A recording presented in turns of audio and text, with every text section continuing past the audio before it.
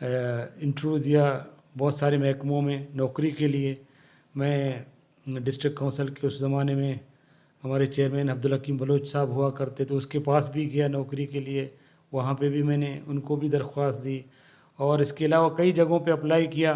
اور ایجوکیشن میں اس ٹائم پہ ہمارے جلبانی صاحب مسجد اسکولز کے ایس ڈی او ہوا کرتے تھے. وہ میرٹ پہ انہوں نے اس ٹائم پہ نوجوانوں کو, بہت سارے نوجوانوں کو ایز اے اسکول ٹیچر بھرتی کیا.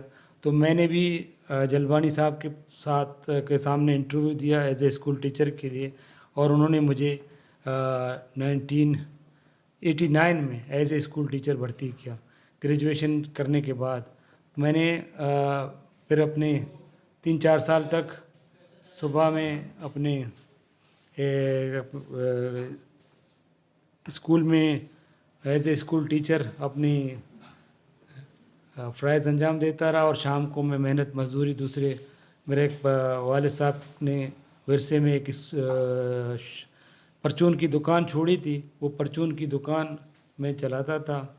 اور اس طرح کرتے کرتے وہاں پہ ہمارے علاقے میں اس ٹائم پہ پولٹری کا بزنس نیا نیا آیا ہوا تھا, تو وہ پولٹری فارم کے مینیجرز وغیرہ میرے دکان پہ آتے تھے, میں ان سے معلومات لیتا تھا. ان سے معلومات لیتے لیتے مجھے بھی شوق ہوا کہ میں پولٹری کا بزنس شروع کروں, اور 1994 میں میں نے پولٹری کا بزنس شروع کیا. بس اللہ تعالیٰ کی مہربانی تھی, ہم نے محنت کی, دن رات بھاگتے رہے ادھر ادھر فارموں پہ. اس محنت کا نتیجہ آج اللہ تعالیٰ کی مہربانی ہے کہ میں پاکستان کے سب سے بڑے برائلر فارمرز میں سے ایک ہوں, اور یہ اللہ تعالیٰ کی مہربانی اور میری محنت کا نتیجہ ہے. اور لائف کے چیلنجز کو اسی طرح قبول کرتے ابھی آگے بڑھ رہے ہیں. اور ابھی میں نہیں سمجھتا کہ میں نے اپنی وہ منزل پا لی ہے جس کو میں نے اپنا ٹارگٹ بنایا ہوا ہے. وہ منزل ابھی بہت دور ہے, ابھی میں نے بہت زیادہ محنت کرنی ہے. صحیح سر, موسٹلی ہم نے یہ آبزرو کیا ہے کہ ہمارے اس ایریا میں نوجوان طبقے جو ہیں وہ بس نوکری کے یعنی اسی کے آسرے میں کہ نوکری ملے تو کام کریں گے, نوکری نہیں ملی تو چلو ٹھیک ہے, وہ اپنے یعنی آدھی عمر جو ہے وہ نوکری کے چکر میں ہی لگا لیتے ہیں, ایجوکیشن کنٹینیو. تو کیا آپ ایک بزنس مین کے حیثیت سے ان کو یہ سجیسٹ کریں گے کہ وہ نوکری تو ٹھیک اچھی بات ہے, مگر کیا بزنس سے بھی ریلیٹڈ ان کا تھوڑا گائیڈ لائن ہو, تھوڑی ان کو انٹرسٹ ہونی چاہیے کیا اس جو چیلنجز ابھی جو آ رہے ہیں موسٹلی جو ہے وہ آپ دیکھ سکتے ہیں کہ ہمارے اس ایریا میں جو ہے وہ غربت کی جو لکیر ہے وہ بہت دن بہ دن بڑھتی جا رہی ہے. نوجوان طبقے کے پاس ڈگری ہوتے ہوئے بھی وہ نوکری کے آسرے میں بیٹھے ہوتے ہیں. دیکھیں, اصل میں جو ہمارے نوجوان ہیں نا, وہ میں سمجھتا ہوں کہ کافی حد تک کنفیوژن کا شکار ہیں.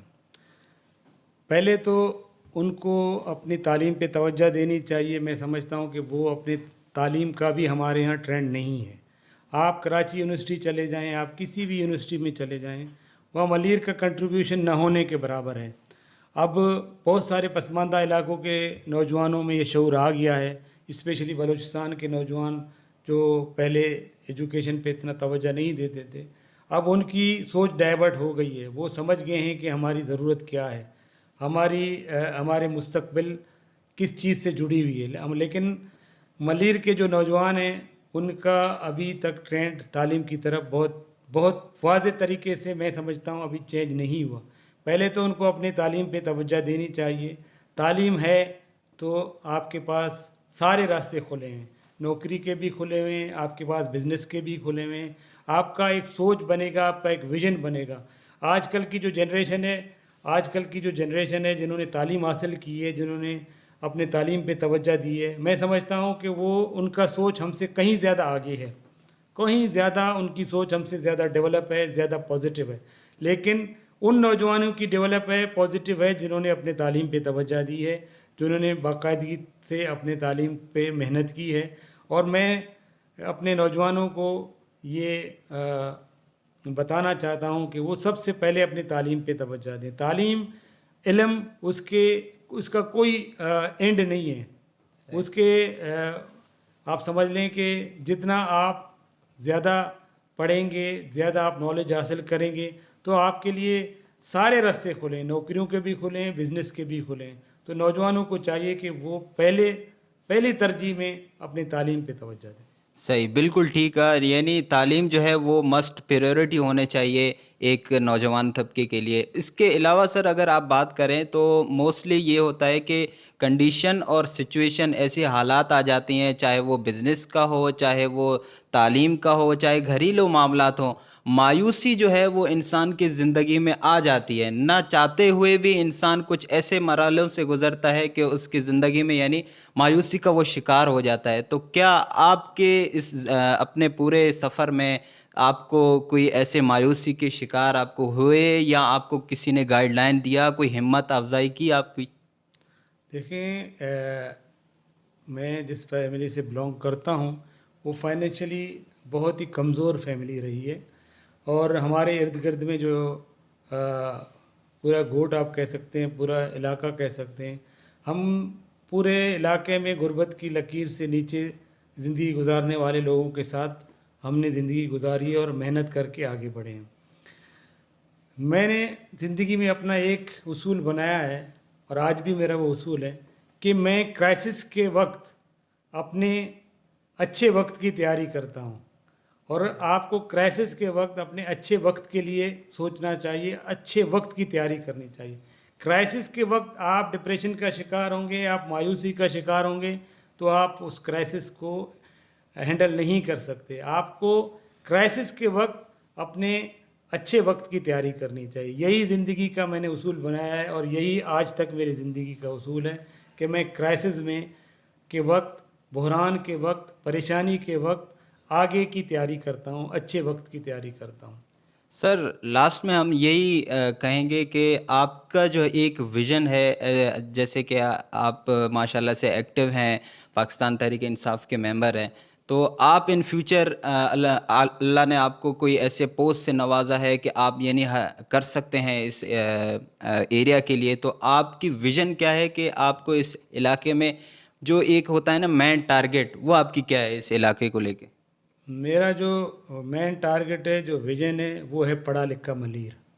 ملیر کے نوجوان، میں نے ابھی آپ کو بتایا، جب پڑھیں گے، لکھیں گے، اپنے تعلیم پہ توجہ دیں گے، میں سمجھتا ہوں کہ دنیا کی کوئی بھی طاقت ان کو ترقی کرنے سے روک نہیں سکتی۔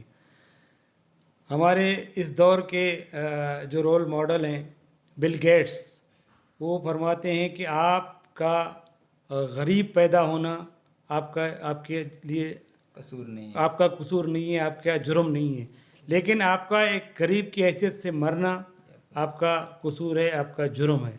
تو آپ اپنا ویژن اس چیز کو بنائیں کہ آپ نے ایجوکیشن حاصل کرنی ہے۔ ایجوکیشن ہی آپ کے سارے راستے کھول دے گی، کاروبار کے بھی، نوکری کے بھی، اور اس کے علاوہ زندگی میں بہتر طور طریقے سے جینے کے راستے بھی آپ کو سکھائے گی، وہ ہے ایجوکیشن۔ تو میرا ویژن، میری سوچ، میری فکر یہ ہے کہ ملیر کے نوجوان اپنے تعلیم پہ زیادہ سے زیادہ توجہ دیں، اور تعلیم حاصل کریں، اور اپنے مستقبل کو سنواریں، وہ بھی تعلیم کے ذریعے، تعلیم کو بیس بنائیں۔ اور میں، قدرت نے، اللہ تعالیٰ نے کبھی موقع ایز اے گورنمنٹ آفیشل کے دیا، اگر نہیں بھی دیا ہے تو میں تعلیم پہ بہت سارا میرا کنٹریبیوشن ہے، الحمدللہ مجھے فخر ہے کہ میں ایز اے ایک ذمہ دار شہری کے اپنا کردار ادا کر رہا ہوں، اور اپنا یہ کردار انشاءاللہ مستقبل میں بھی ادا کرتا رہوں گا، اور میرا ویژن ہے پڑھا لکھا ملیر۔